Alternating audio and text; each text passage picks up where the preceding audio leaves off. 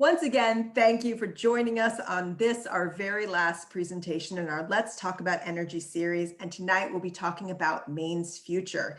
I am going to now turn the program over to our partner in this presentation from the Maine Energy Committee, Nancy Harmon-Jenkins. Thank you, Julia, and thank you, Camden Public Library, and thank you, Camden Energy Committee, which, alas, has been disbanded for the foreseeable future, but it is the entity that got these meetings going. We started back in March, and I think some of you probably joined us back then. We had a sense that we as a community, as citizens and as consumers, we're not very knowledgeable about the energy we use every day, many times a day, heating and cooling our houses, running our trucks and cars and lawnmowers. Excuse me. Okay, see if that helps a little bit. Running our trucks and our cars and our tractors and our lawnmowers and keeping the lights on in our schools and our meeting places, our libraries, and all the many, many other ways we depend on energy. We're not clear where it comes from, and we're especially vague on what it costs, not immediately in dollars and cents, of course, but long-term in its effect on the environment, and even more unclear about the changes we can make to conserve energy, as well as to develop renewable and sustainable sources of the energy we use. So we looked first in March at what we can do to make some changes right here in our community, in our homes. And then we turned in April to the business community in Camden. And the two pillars of our local economy, I think, are boat building and yacht maintenance on the one hand, and on the other hand, the hospitality industry, everything from hospitals and restaurants to Airbnbs and food trucks, all using energy in various ways and all eager to conserve. And then in May, we heard from our town and school officials about how we as a municipality consume energy.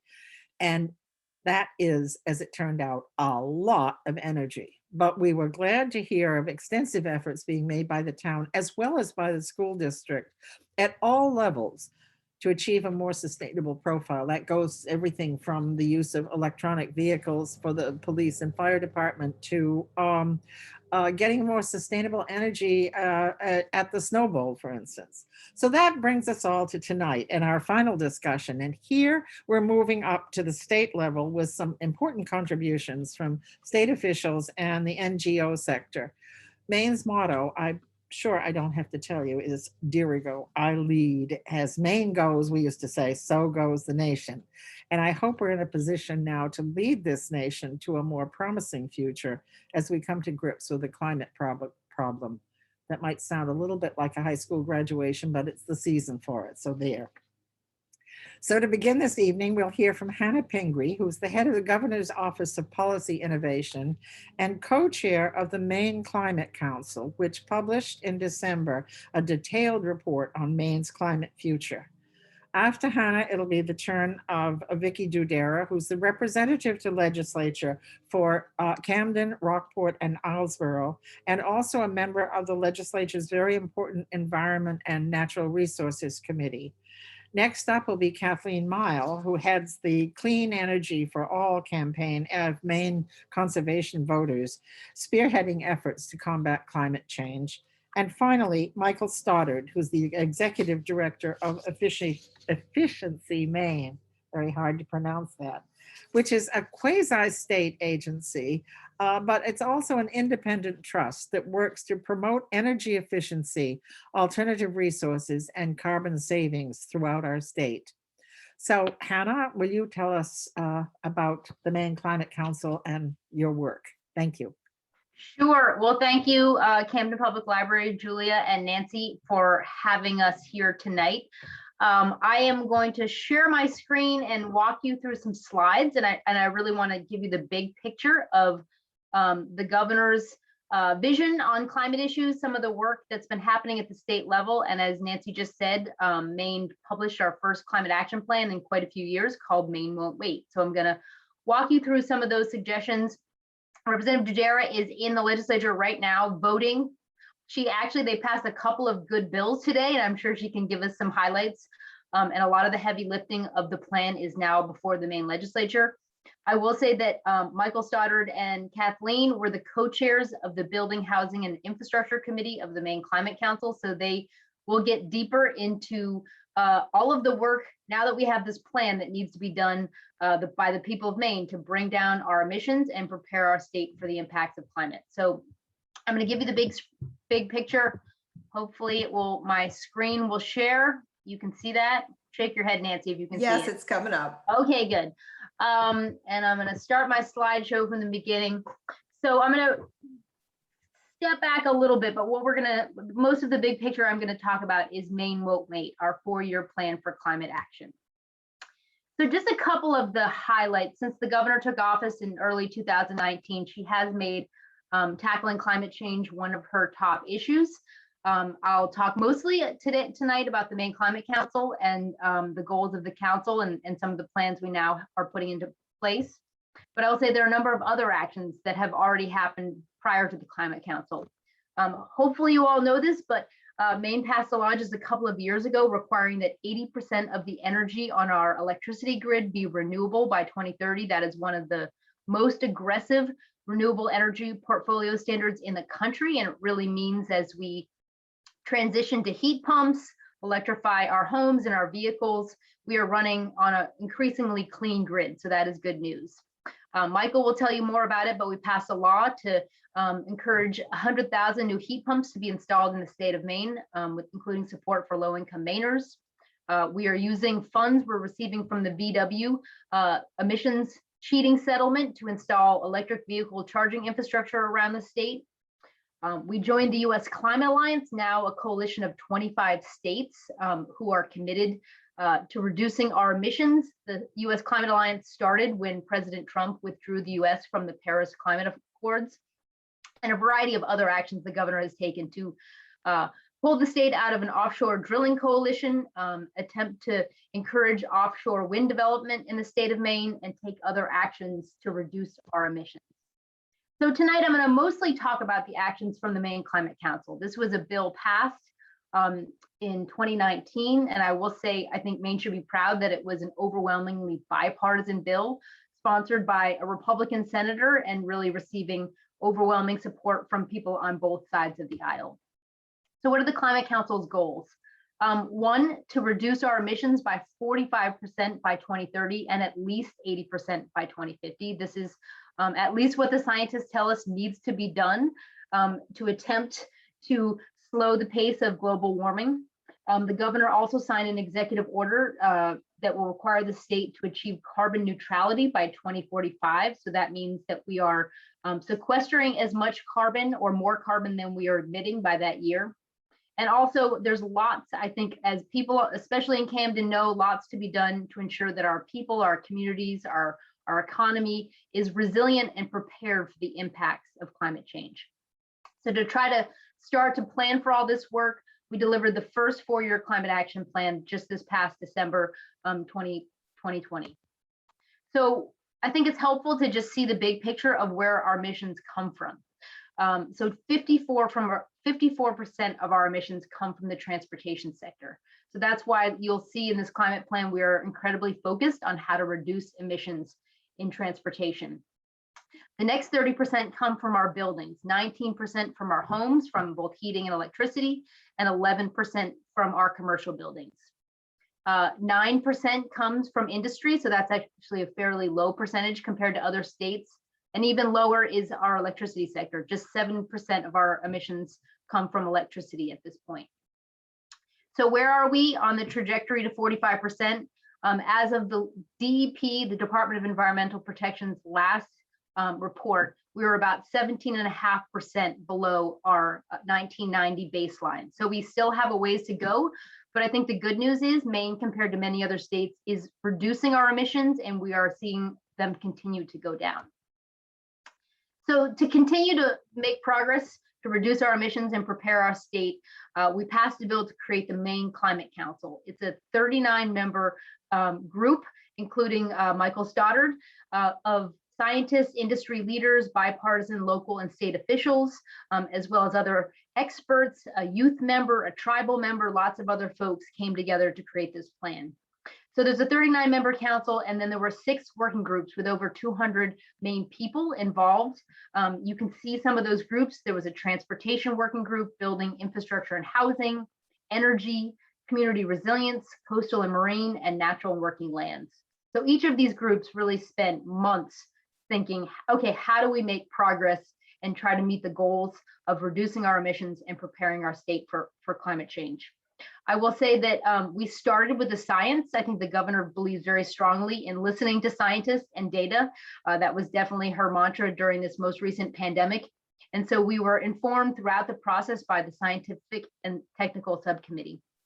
Later in the process, we've also added an equity subcommittee. So ensuring that the actions we take on climate are really considering those on the front line, whether it's low-income Mainers, diverse Mainers, and ensuring the benefits of the programs we implement are especially felt by those groups.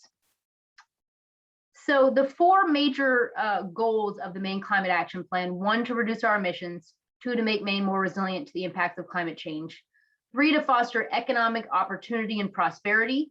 I think we believe strongly, as you'll see in the plan, that you can take action on climate and still create good paying jobs and improve our economy. And lastly, to advance equity through Maine's climate action response. So I'll quickly go through the 8 strategies, and I'm sure that Kathleen and Michael will talk about, especially the ones that are most relevant to all of us, our homes, in more detail. But the first 3 goals are about reducing our emissions. 1, embracing the future of transportation in Maine, and I'll talk more about some of the details under that one. B, modernize Maine's buildings, so obviously make our buildings more efficient. Reduce carbon emissions in the electricity sector. Obviously, again, as we seek to electrify everything, we need to make sure we have plenty of clean energy to make it all work. So D, goal D is about growing Maine's clean energy economy and good paying jobs. So you'll see in the plan, the governor set an aggressive goal of creating 30,000 clean energy jobs by 2030, because we really believe we can take action on climate and create good paying jobs. The next 3 goals are about preparing our communities and protecting our natural and working lands. Obviously, I think as many people know, that there's lots of work to be done at the community level to both protect our environment as well as prepare our communities for the impact of climate change. And then last but not least, making sure that we are doing this work in partnership with Maine people. So engaging Maine people and communities on how they can take action, that can actually save them money. A lot of this is about kind of common sense things, whether it's installing a heat pump, weatherizing your home, finding other efficiency measures in your business. We think lots of these actions are win-wins. So how do we best communicate with Maine people about what can be done? So I'm going to quickly run. I won't go through the details of each strategy, but I think it is helpful to understand how we reduce our emissions and prepare our state. So embracing the future of transportation in Maine.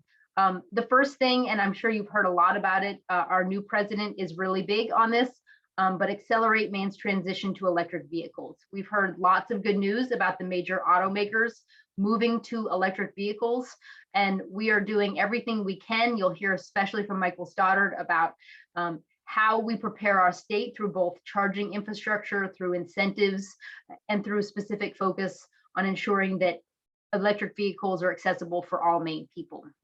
We want to continue to make sure that the vehicles that are on the road are as fuel efficient as possible and consider the use of alternative fuels where available.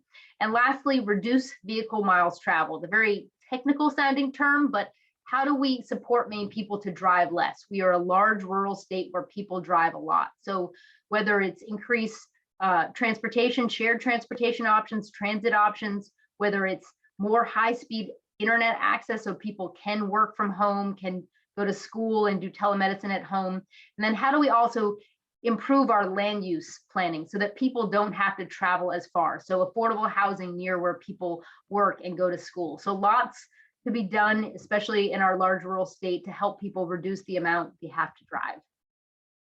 So next strategy, again, I won't go into this one in deep detail because I'm sure that Michael will hit these things, but how do we make our homes more efficient through both the new buildings we build, but also how do we improve our state, which is filled with old leaky homes that need a lot of weatherization and they need new modern heating systems. So lots of work to be done on this end.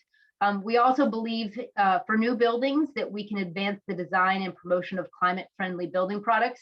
So a lot of these are wood products that come from Maine, whether it's mass timber, new wood fiber insulation coming into Madison, Maine, and a new manufacturing plant. So we see lots of opportunity to make more climate-friendly building products and support our forest product sector. And last but not least, we want to make sure we're doing this work in a leadership way. The way Camden has approached it with our Energy Committee, we want to make sure that state buildings, schools, community buildings throughout the state are leading by example in doing this work. So I won't go into deep detail here, but we need to make sure that our electricity sector is continuing to reduce its emissions. We have very bold goals and we're making incredibly good progress on ensuring an adequate, affordable, clean energy supply. But it's going to take a lot of work in the coming years to make sure that this work is done carefully, to make sure that energy is affordable. And as we expand alternative energy, we want to bring good paying jobs to Maine people.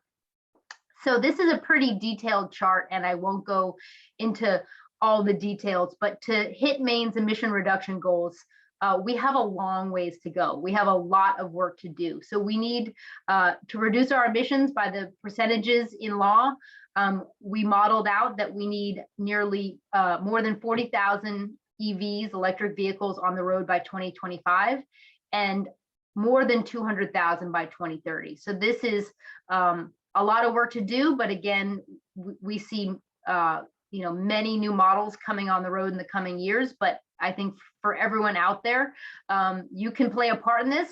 I drive an EV, Michael Stoddard drives an EV, and they're becoming increasingly popular. Lots of new models, new Ford F-150 coming out. So I'm sure you'll hear more from Efficiency Maine. So we know we need to continue the pace of installing heat pumps, and we are leading the country in heat pump installation. We know we need to increase the pace of weatherization and efficiency. So a lot to be done. Again, I've talked about this, but we believe that we can take action on climate and create good paying jobs in the energy sector, in the efficiency sector, as well as in lots of our natural resource-based industries. The governor did set a goal for 30,000 clean energy jobs by 2030. And I will just quickly show you this chart. Clean energy jobs are the fastest growing job sector in the country. Maine has actually been growing at a slower pace than other states in New England through 2019, but really the kinds of policies the Maine legislature has supported will really make this goal possible. We are already seeing growth in efficiency in clean energy, and we believe that that is just poised to continue to grow. And we also think that these are good paying jobs. They are paying above average wages, and there's lots of folks in Maine who need better paying jobs. So the next few strategies are about protecting our environment, which is sequestering a ton of carbon. So Maine is among the most forested states in the country. We are nearly 90% forested, and we are sequestering a ton of carbon in those forest lands, in those farmlands, in many of our coastal lands that are undeveloped. So how do we make sure we protect those natural and working lands, keep them working, but also help them continue to store carbon and increase their carbon storage? So obviously that's a state where we see potential growth on the horizon. We need to be really careful, and we need to figure out how to continue to increase the amount of land that we are protecting. We have an aggressive goal to conserve 30% of our state's land by 2030. This is following a lot of national work that's happening and has been announced by the White House. But obviously lots of important work to be done to get in this, to head in this direction. We have about a minute and a half, Hannah. Okay, great. I'm almost there. So we obviously want to do everything we can to protect Maine communities, empowering local and regional community resilience efforts. We are living in a part of the state, I'm out on North Haven, where preparing for sea level rise is incredibly important. Also important for public health. One of the major areas to prepare is our infrastructure. So we have roads that are already crumbling due to increased precipitation events. We have roads below sea level, we have water and sewer plants, we have docks and homes. So lots to be done to help communities prepare for rising sea levels and other kinds of precipitation drought events that we know are going to come with increase in climate change. So I won't go into deep detail. We're doing it tonight. So we're doing everything we can to spread the information in the Maine Climate Plan and really make it relevant for Maine people. So how can you take action in your own home, in your own community and business, in your own school to help contribute as a part of this plan? Again, Michael and Kathleen will help tell you more. I'm not going to go through this slide because I know Vicki is going to help do it. I will just say there's a lot on the radar screen before the Maine legislature. The most important part of doing this is paying for it. So we have initiatives in the governor's budget, in the governor's plan for federal funds to start taking greater action on climate by putting our money where our plan is. There's lots of other legislation before the Maine legislature that is calling for many of the actions in the Maine Climate Plan. We passed a couple of them today, so I'm sure that I will let Representative Doudera tell us some of that good news. And obviously we have pretty significant change at the federal level with a new federal EPA, a new president who believes strongly in climate change. There's obviously, we're still waiting to see what happens with their infrastructure bill and a lot of the other actions that will help us move in the right direction on climate.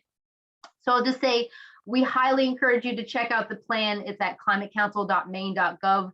There's more reports than you can probably read in one night that will give you the deep detail on that really helped contribute to all the actions that are in the climate plan. So I will end there, and I'll just thank you again for having me, and I will pass it off or back to Nancy. Thank you so much, Hannah. We are now going to hear from Representative Vicki Doudera about what's going on with the legislature. Hi, everybody. Hi, everybody in District 94. Great to be here. And I'm so pleased to be on this panel with Kathleen and Hannah and Michael, three awesome people who have done so much to help us put forward these great energy initiatives. So I am here at the State House. I'm in one of the what are called the retiring rooms. And you can see on the wall the pictures of all the old white guys. But once you get into the chamber, you actually see some women in there too, which is pretty cool. And including a nice picture of Hannah out in the hallway. And I'm wearing a mask because here at the State House, we are following the mask requirement for the State House because there's many people here who could be medically vulnerable. And so we are continuing to wear masks. So I'm not at home wearing a mask. I'm not, you know, I'm not that dedicated, but here I am. I got to keep it on. And thanks so much for having me to the library. So today here we voted on a couple of bills that are pretty exciting for our clean energy future.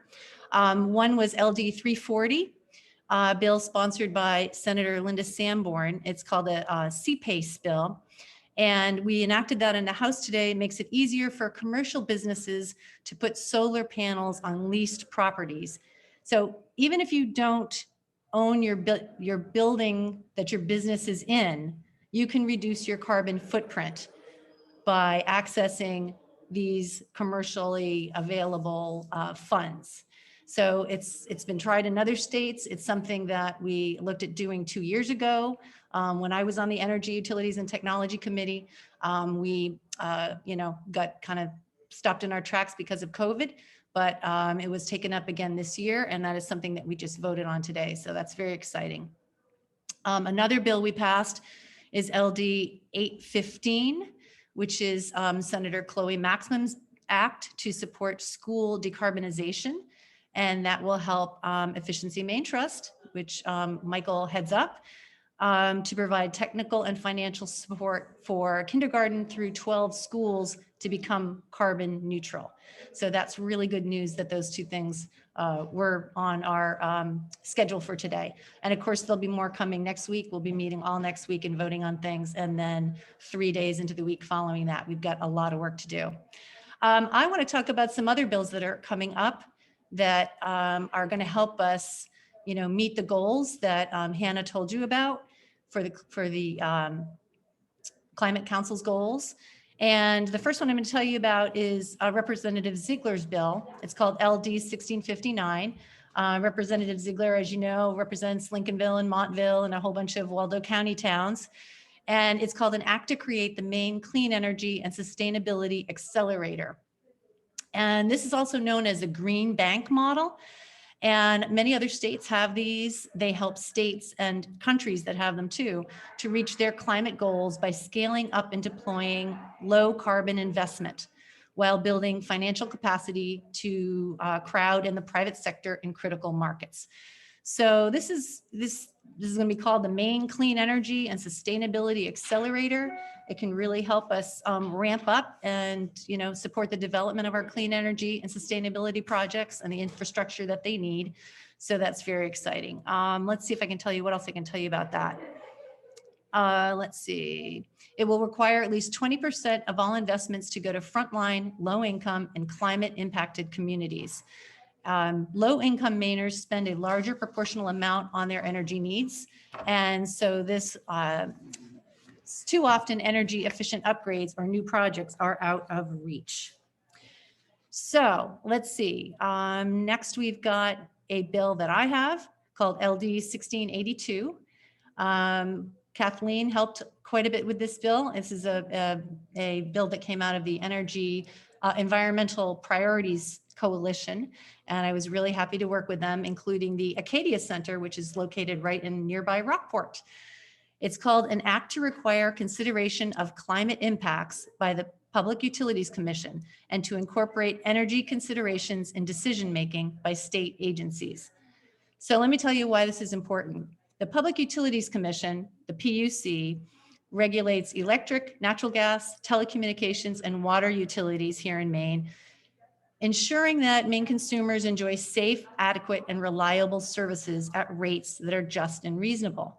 So the purpose of this bill is to also include in the things that they consider are the climate and these incredible goals that we're all trying to achieve that Hannah talked about. So the bill requires that they consider greenhouse gas emissions and they work to reduce them as laid out in statute.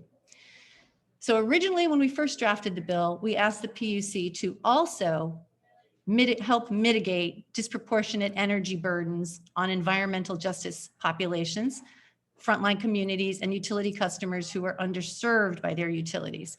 We thought this equity piece was very, very important. It was an ambitious ask, and after the public hearing on the bill, the testimony we heard, we realized that the definitions for these equity terms really required time and study. So they're really critical definitions that don't exist in statute. So they're important not just for the bill, but for several other things that are coming down the pike. So I worked with Director Pingree right there, and also Commissioner Bartlett to figure out how we could still get this equity idea in the bill. And what we came up with is that there's going to be a public stakeholder process that the Governor's Office on Policy, Energy in the Future, is that right, Hannah? Did I get it all?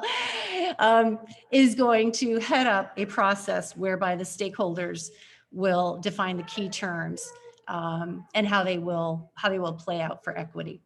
So that's very important, because I said nobody's defined those here in Maine, and those are equity and environmental justice populations. These are terms that are going to keep coming up in our bills, and we need to do some work around defining them. So let me see what else. I'm excited about that bill. That did pretty well out of committee. We'll be probably voting on that next week. A couple of others. Let's see, LD 667 by Representative Kessler is an act to create synergy between Maine industry and Maine's energy goals. Representative Grahowski, who also serves on the Energy Committee, has an act to facilitate Maine's climate goals by encouraging use of electric vehicles. So, there's some that we're carrying over to next session, but we are really trying to work to make sure that these ambitious goals that we have, that your legislature puts in play the processes to make them happen. And I would say that you know, many of us, not all of us, but many of us are on that page and working hard to do that. So I think I'm going to end my time early because I do need to do my job here and vote when the bell rings. So I'm going to sign off, and I'm happy to answer any questions that might come up later. Thanks. Thank you so much. We appreciate hearing about all the action that's going on up in Augusta. Okay, so our next person we're going to hear from this evening is Kathleen Meil, and she is from the Maine Conservation Voters. Kathleen, I'll turn the floor over to you. Thanks so much, Julia, and thanks to the whole library team and Nancy. And I am Kathleen Neal. I'm the Director of Policy and Partnerships at Maine Conservation Voters, but I also live in Camden, so it's extra fun to be on this panel tonight. I'm really excited to, let me see if I can share my screen. That will be a helpful step. How's that? Looks good, Kathleen. All right. So I'm really looking forward to talking about our energy future and the work that Maine Conservation Voters does in partnership with Hannah and the team at GOPIF, that's the Governor's Office of Policy, Innovation, and the Future, with Vicki and all of our legislative allies, with Michael and Efficiency Maine, and with all of you.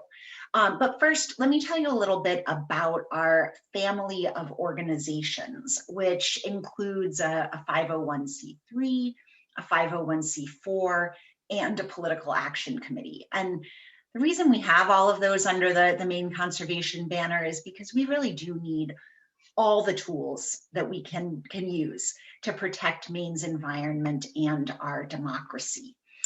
So Maine Conservation Alliance is our 501c3 organization, and we work through education and advocacy and partnerships, essentially bringing people together to achieve our shared goals.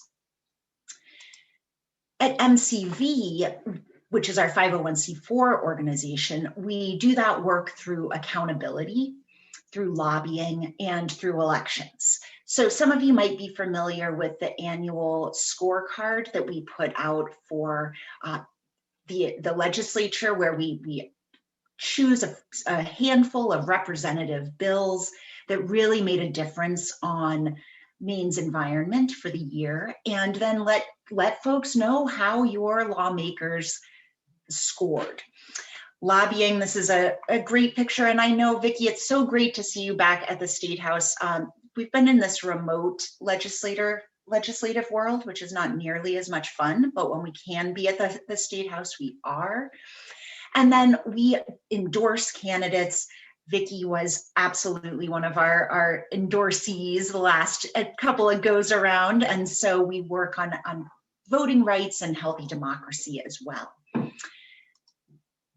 We are also part of a movement of organizations affiliated with the National League of Conservation Voters, and that really spans the entire country. So there are 30 state leagues, including Utah. I'm sorry this map is out of date, but we have a new chapter, not chapter, but organization through the Rural Utah Project. And we all work together. So we closely collaborate and share expertise and resources to affect positive change at all levels of government. And Maine Conservation Voters, Maine Conservation Alliance, those are our own independent organizations. You know, we live here, we know the political and environmental landscape in Maine, we make the strategic decisions, and our work is really richer because of all the ways that we collaborate across the conservation voter movement. And I want to talk about one of those shared initiatives tonight. That's the Clean Energy for All campaign. So we call this CEFA, and it's a nationwide grassroots movement to reject dirty fossil fuels and embrace clean energy and move our whole country closer to that goal of 100% clean energy by 2050.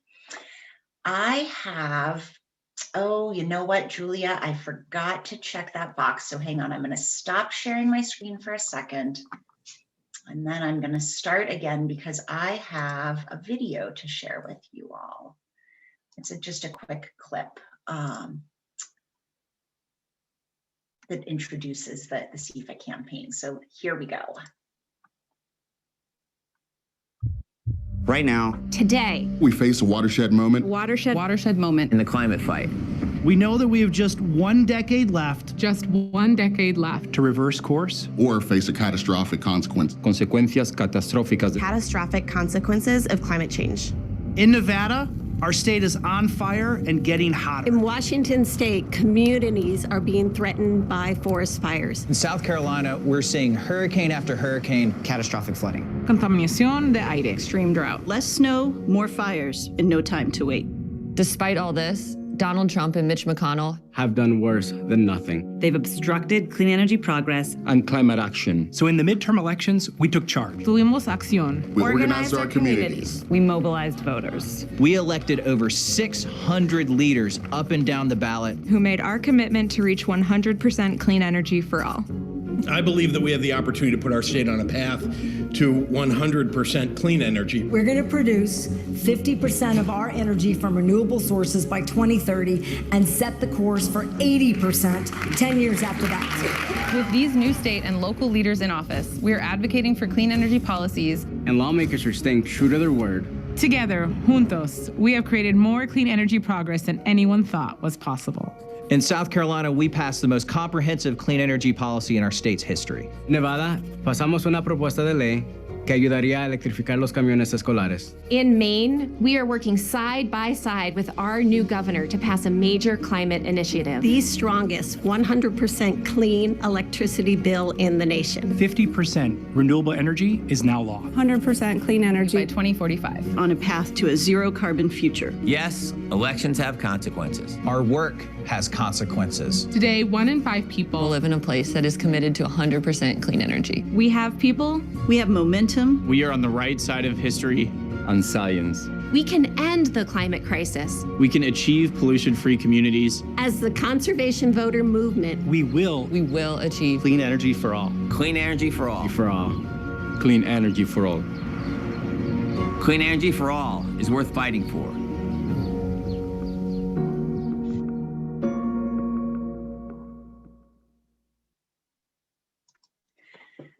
I love that video. You probably noticed that it is a couple of years old. You saw MCV's executive director, Maureen Druin, talking about how we were working side by side with our new governor. And I hope you also spotted our governor signing some of that clean energy legislation that we actually have passed and that Hannah talked about earlier. You also probably heard, a few people mention former President Trump, former Majority Leader Mitch McConnell. And what has happened since this video was filmed really is a great reminder that elections have consequences.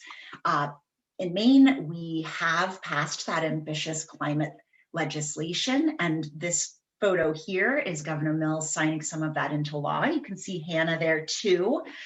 And I just want to express how wonderful it is to have a governor and an administration and a whole climate dream team working to advance clean energy in our state. I'm so grateful for Representative Doudera, who was elected in those midterm elections that you heard about in the video, and for Michael, who has been leading Efficiency Maine through friendly administrations and not so friendly administrations as well. So together, we really are getting results. And those goals that the CEFA campaign is advancing across the country, they're now in statute in Maine. And Hannah talked about all of those details, but I'm just really reinforcing that 100% renewable energy by 2050 with the interim goal of 80% by 2030 and the additional goal of carbon neutrality by 2045. There is a ton of work ahead to meet those targets, but we don't have to do it alone. So one of our biggest assets in the advocacy community in Maine is the Environmental Priorities Coalition. This is a coalition of 32 organizations across the state. There are tiny little local organizations like the Islesboro Land or Islands Trust, and there are Maine chapters of big national organizations like Sierra Club and the Ocean Conservancy, and all of these that you see here. MCV has been convening the Environmental Priorities Coalition for about 15 years now, and we have seen a lot of different political environments in the state. And when Governor Mills was elected, we were really ready for that moment. We had an agenda of legislation that we were ready to back together with a laser focus on climate. The stage was set, right? So we have worked together to get that legislation over the finish line and then to figure out what's next. So here's our agenda for this year. Vicki mentioned her leadership on the aligning state agencies with climate goals. This is a little bit of an out-of-date slide, so that doesn't reflect the most recent or the most current language on that bill. It also is missing one of our new priorities, which is a sea level rise resolve. All told, we've got 10 legislative priorities this year. That's a lot for us, but there's no magic number. It depends on what's most ripe for progress. A couple of our bills will be carried over to the next legislative session, but Vicki and her colleagues are going to be voting on the vast majority of them in the next couple of weeks. At the same time, we have at MCV have been working with our partners to build out a new climate and equity focused coalition that we're calling Climate Maine. It grew out of the EPC, but is really designed to operate on its own and to really think about winning the Climate Council process and ensuring that our high priorities were in that final plan. And to focus really deeply on engaging with Maine people. I'm not going to repeat all the details of the climate action plan that Hannah shared, but I do just want to highlight how incredible that process has been. Hannah mentioned there were more than 250, 300 people involved in formal roles in the Climate Council, and so many more who participated in stakeholder sessions, who wrote in with comments. It really did bring together the perspectives and expertise of a whole assortment of Maine people. And you can see the results. We really do have a great climate action plan, a great roadmap. With President Biden's election, we have the opportunity to partner at the federal level, and we know how important it is to act in this window of opportunity where we have President Biden, Governor Mills, great lawmakers like Vicki in place, and some good federal funding coming our way as well to help us implement the climate action plan. What else do I want to say? I'm going to let Michael go into most of the details about the buildings recommendations of the climate action plan. I did have the opportunity to co-chair that work with Michael. We actually had across Climate Maine participation on partners on all of those working groups and really have been able to share our experience of developing those recommendations with Maine people with a whole bunch of different updates and action alerts and programs. So really an incredible process. Where do we go from here? Well, we know we're going to need a lot more work, a lot more partnerships, more people involved. You can definitely count on MCV and MCA to keep you informed. We have done some deep dive lunch and learn programs. We run a weekly lunch and learn. Michael, I was realizing I think you're the only one of the panelists who hasn't been on the lunch and learn. So we've got to talk when we're offline and book you for one of those. I will put in a plug.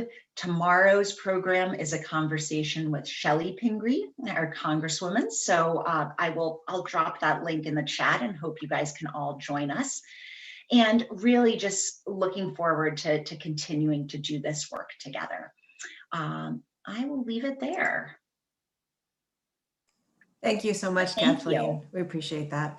Okay, so now to wrap up our presentations this evening, we're going to hear from the Executive Director of Efficiency Maine, Michael Stoddard. Michael, the floor is yours.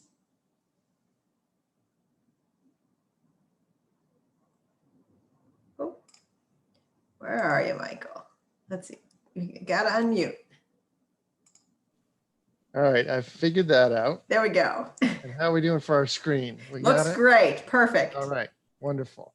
Good evening, everyone. Thanks for including us. And I'm going to pivot a little bit from some of the presentations you've already heard about the policy side and the planning.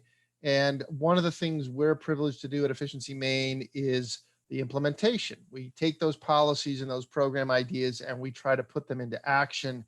And that's hopefully where the people of Maine get to see some results, some deliverables, and some progress towards these ambitious goals. So I'm going to talk a little bit about some of the programs we have, and in particular, how you can use them to help Maine move forward towards these goals. So everyone who's listening is either lives in a home where you use energy to keep your home warm and you use energy to move your car around, or maybe you work at a business somewhere and you need energy to run your business, or you buy materials. And anytime you're buying any of those things, you're making a decision, you're making a choice about what kind of product you want to buy. And those are critical moments to make a wise investment that's going to help reduce your energy consumption and or ensure that the energy you use is as clean as it can be. And in doing those things, we're going to help reduce our emissions as a state, and we're going to meet these goals. So I'm hoping that I can advance my slides. There we go. Do you see that? Yes, you do. So this is just another way to illustrate the point that Hannah made in her first couple slides. We are at the year 2020, which is about halfway through that graph, and you see different colored slices. The red is the amount of greenhouse gas emissions we have coming from our transportation sector. And then the light blue and dark blue and gray, those are the emissions associated with how we heat our homes and businesses.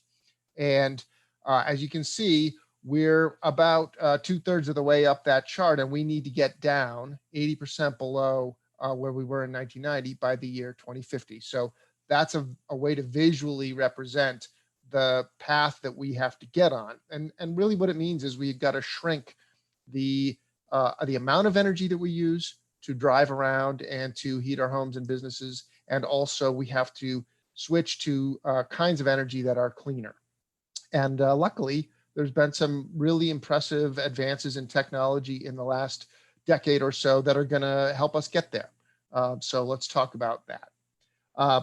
The first thing I want to talk about is the programs that we run at Efficiency Maine to help Mainers with their heating and are going to get us on a pathway to decarbonize our heating. So let me make sure that the first thing I do is point you to our website. There is so much great information available on our website at efficiencymaine.com. This is a screenshot of the page that will greet you when you get there, and you can search around there, snoop around there, and look for all the different kinds of programs we offer. You get a lot of information about equipment, products, lighting, and also you'll find some tools that will help you make some choices that you may have in front of you and help you research those different kinds of products. And I'm going to give you a little bit of a flavor of that coming up. For example, if you're thinking of weatherizing your home, which we would encourage you to do if you haven't already, there are some nice tools on this website that will help you get a sense of whether the amount of energy you're using now is high or kind of average and normal, or is great, really efficient, and probably don't need to do more weatherization. And you can get an initial sense of that by filling in this calculator tool. And if it seems like it's something that you need to put on your list to do, there are some really attractive rebates, including rebates up to $3,500 to help entice you to move forward with doing a weatherization project. There's a lot of information on this website about heat pumps and heat pump water heaters. I'm going to talk about those a little bit more, but they are really a critical element to our state's ability to meet these carbon reduction goals, because right now, Maine as a state is one of the most heavily dependent states for heating oil. That's what we've used for the last 100 years as a state to heat our homes and businesses.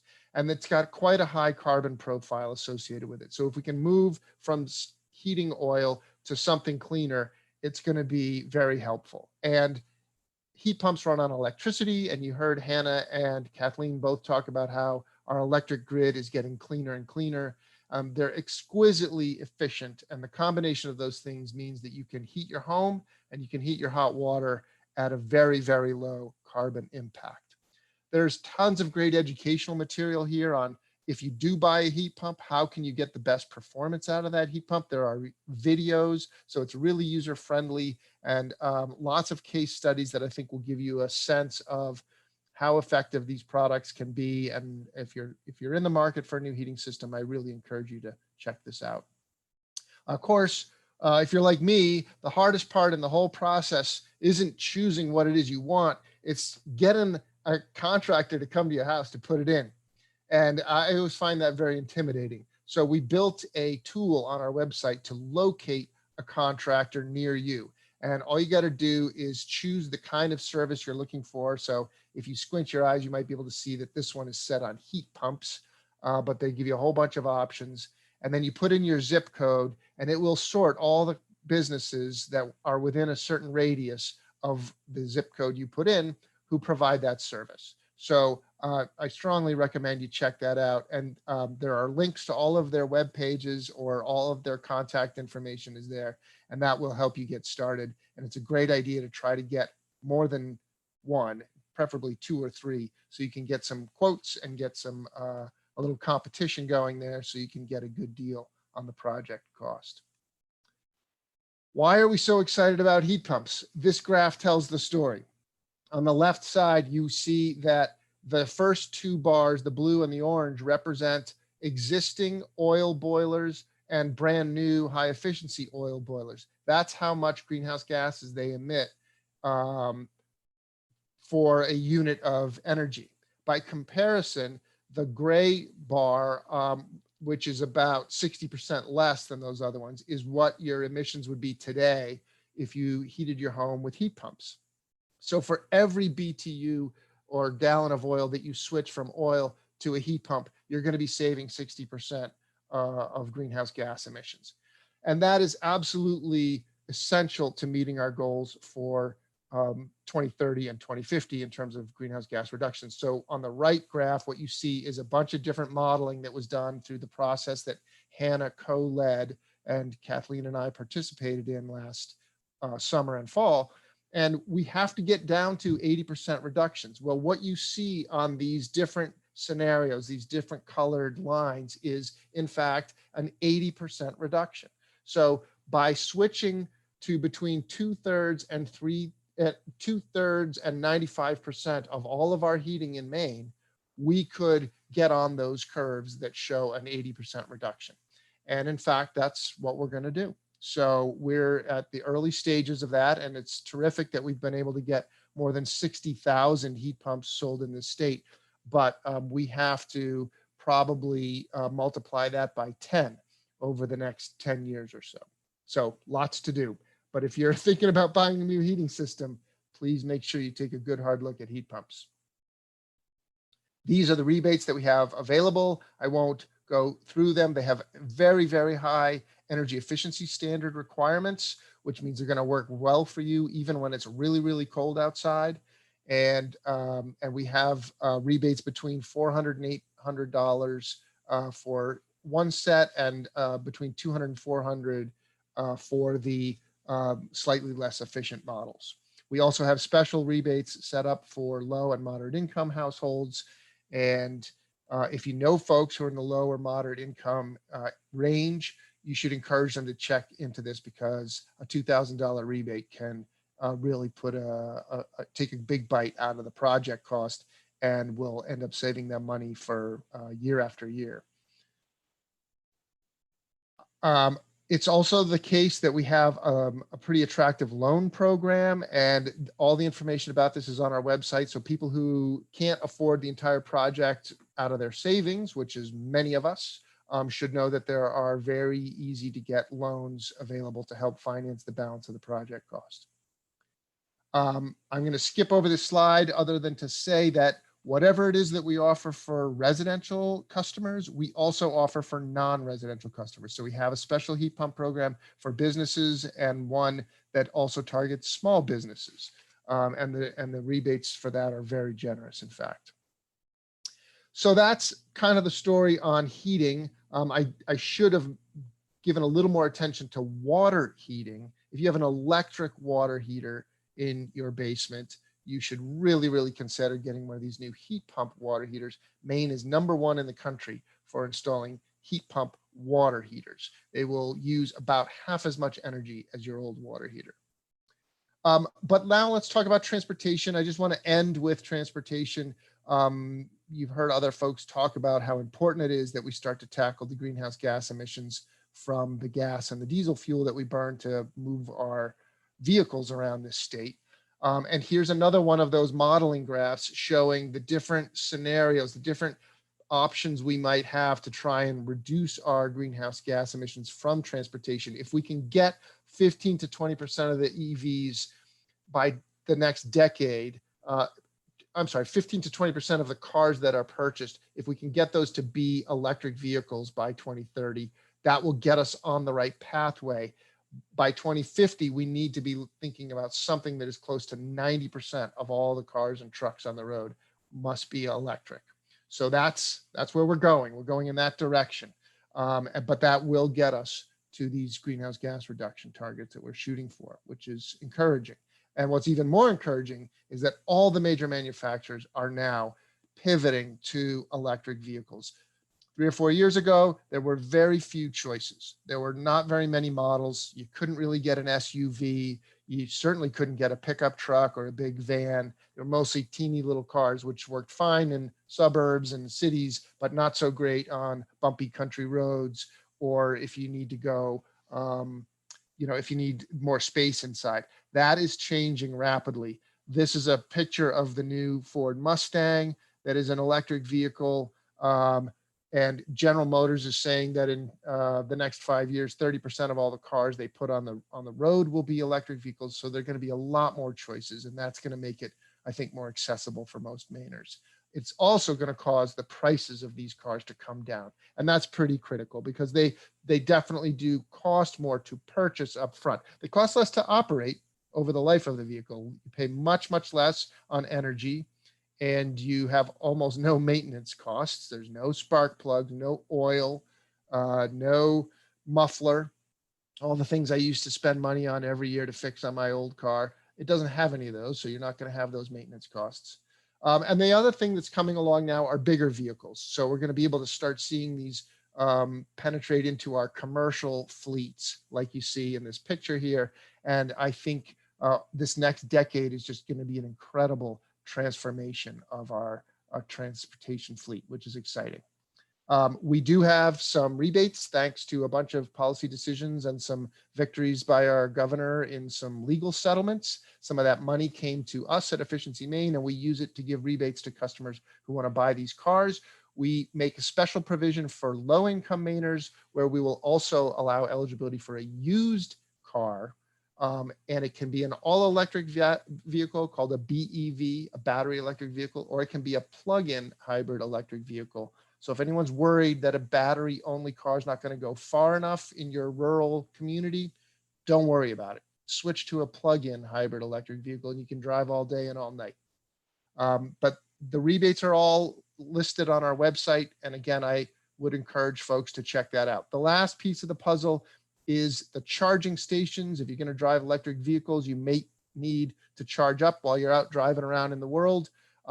We've been very fortunate to have funds to help help Maine towns and libraries and gas stations and grocery stores start to put in electric vehicles. They're strategically located along the highway, and now they're starting to work our way into the other state roads and side roads. We just announced today that we had awarded high-speed chargers in Belfast and Ellsworth. So we now can say that we're getting all the way from the western border all the way over to Ellsworth and through, including new chargers in Newport and Bangor. So I feel really good that we're starting to build out that network. And then I thought I'd leave you with this one, because if any of this stuff sounds too complicated or too expensive, don't lose hope. There's still something you can do. You can buy LED light bulbs. Everyone can buy LED light bulbs. They're everywhere. They're super affordable. We have rebates on them so that are instantaneous, so you don't have to spend more when you check it out at the counter. The only thing those incandescent light bulbs should be used for is if you're raising baby chickens. That's it. They throw a lot of heat, which is just wasted energy. And so if you're raising baby chickens, go ahead and buy yourself an incandescent light bulb. Otherwise, don't buy those anymore. Switch to the LEDs. That's the way to go. And they'll save you 80% of your electric use and your greenhouse gas emissions from lighting. So you can say you're doing your part. And that's all I have. So thanks for including me.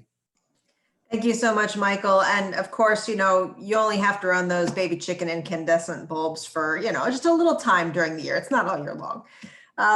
Thank you. That was very, very informative, all of you. I think that we have a number of questions in the chat box right now that we're going to jump right into. And so at this point, panelists, I invite you, because, specifically folks have not necessarily pinpointed who they want to answer the question.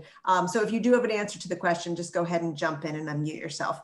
Our first question is specific to someone. Sarah asks, how does Vicki see the outlook for LD 1708 to create a consumer-owned utility? Is this important for the development of clean energy? I know Vicki answered it a little in the chat box, but for the benefit of folks watching the recording, Vicki, if you could speak to that.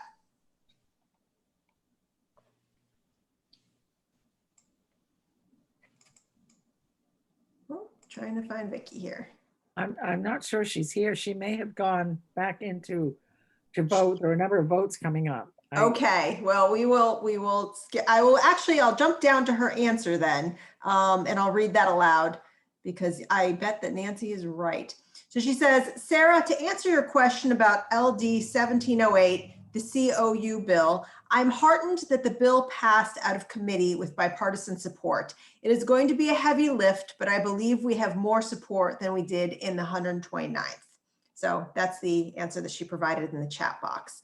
I'm next going to jump to, we had a presenter, Beatty Parker, who talked a bit in one of our previous presentations about the tree canopy in Camden, Maine. And she asks, I'm just going to sort of summarize her question. As with protecting the forest lands to sequester carbon, along with good agricultural practices, could the state prioritize enhancing the urban tree canopy for towns and built up paved areas to reduce what will be the growth of use of air conditioning heat pumps as our summers further warm and our summer energy load increases? So Beatty wants to know how do the improvement of natural systems to mitigate climate change come into all of these plans that are being made to achieve the Climate Council's goals? I'll just quickly hit that. I mean, Beatty, I think that's a good question, and we definitely see other parts of the country really focusing on reforestation in cities. Maine is a state with a lot of natural land, so it hasn't been our top focus. Our top focus is about how do we preserve the significant amount of sequestering lands that we have in our state. But I think I would actually say a lot of the state's sort of next steps on climate plan are empowering Maine communities to think about what they want to do. I know Camden has done this work. Portland and South Portland have a plan that does include some urban tree planting. So I think for where it makes sense in Maine, it's a really great suggestion. I will say in the portion of the plan that is about our natural and working lands, there is a lot about natural climate solutions, whether it is restoring wetlands, restoring coastal habitats. We know that there's a lot of work that can be done to both, improve our ecosystems for our fishermen and our coastal habitats, increase the amount of carbon we're storing. Some of these same solutions also help protect protect banks from erosion, from sea level rise? So I think it's a really good question. There are certainly kind of hints at that in the plan. And I will say this is our first 4-year climate action plan. We didn't tackle some issues that are important, like, you know, some of the products we use, recycling. So next climate plan, it's a good suggestion. Yes, and I mean, as you touched on, many of these areas, Camden specifically, you know, our citizens are far more aware of what those specific needs of the community are, and can figure out which direction might be the best course of action. And with advocates like Beatty, we'll get there. Thank you, Beatty. So Sarah also asks, anything we here in Camden could be doing to support the buyout of CMP and the creation of a utility that would be responsive to the governor's and our town's energy goals? So if citizens were supportive of that idea, what are things that they could be doing? Maybe Kathleen, this might be a question for you. Yeah, this is a really great question. And one of the things that I would encourage everybody to do is to sort of take a step back from the potential solutions and think about what we want in the electric utility of the future. That's work that a lot of advocates and elected officials and the incredible team at the Public Utilities Commission think about a lot. There's been a pretty broad stakeholder process that has just been wrapping up to think about utility reform and decarbonization. And there are a lot of different options for how to do that. So specific to the buyout of CMP, I think that in some ways that's jumping to a conclusion about the best path to the utility of the future. And I think there's a lot of work and learning that we can do together about how to force the existing utilities' hands one way or the other. And we're doing that all together. I see that Vicki put in the chat too, that Sarah is doing just a great job raising these questions with neighbors and friends and in the community. I would love to see a really robust community conversation about utility policy. I know that that's a hard sell. I all the time say in these meetings, we're the weirdos who think that, you know, utility policy is really good public meeting material, but maybe you guys are those weirdos too. So thank you for being here. We can figure it out together. Thank you, Kathleen.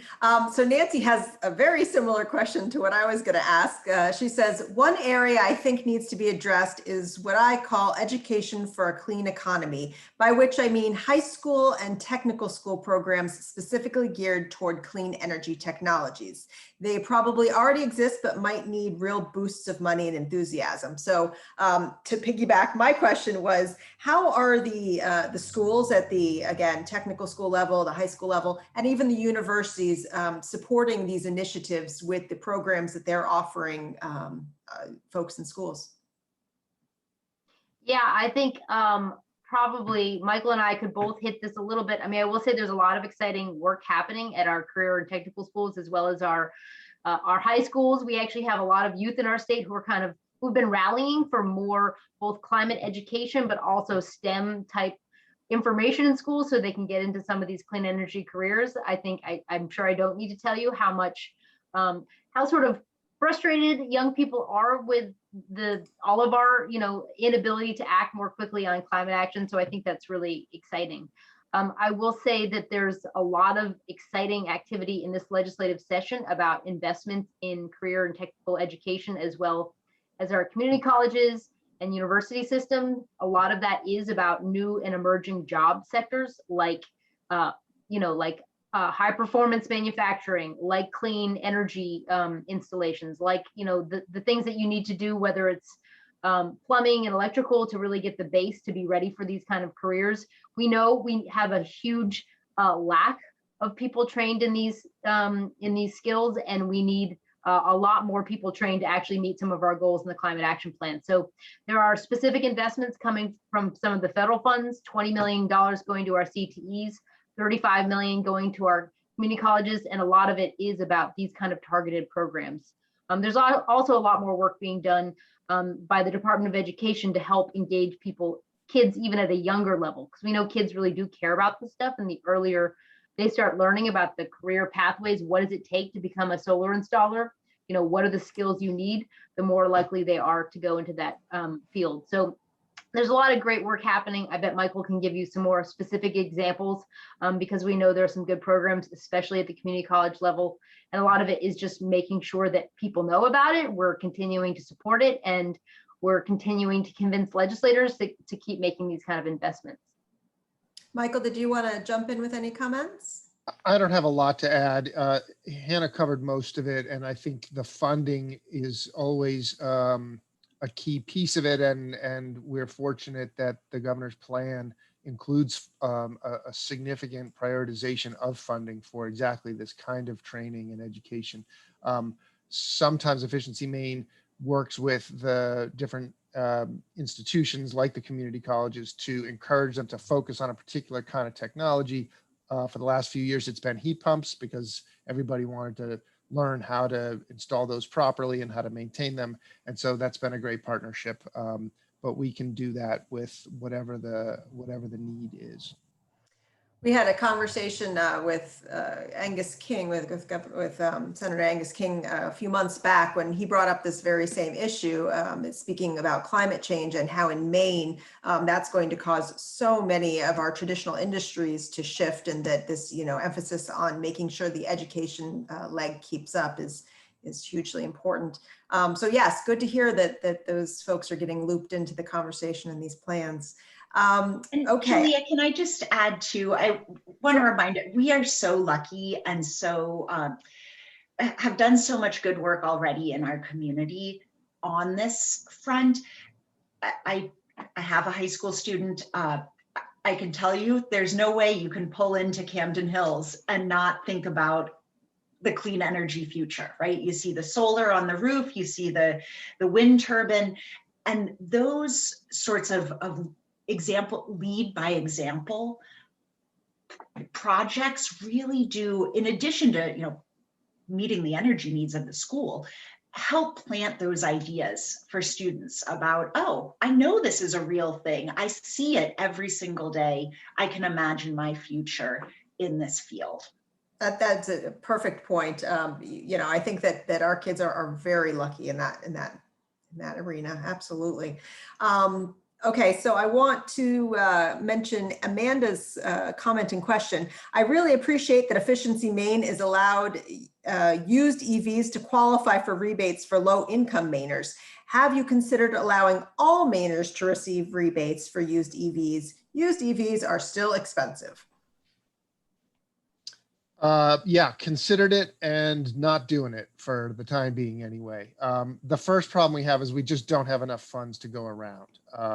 And the second problem is that there aren't enough used EVs around. In fact, there's a shortage throughout the auto industry because of the interruptions from COVID.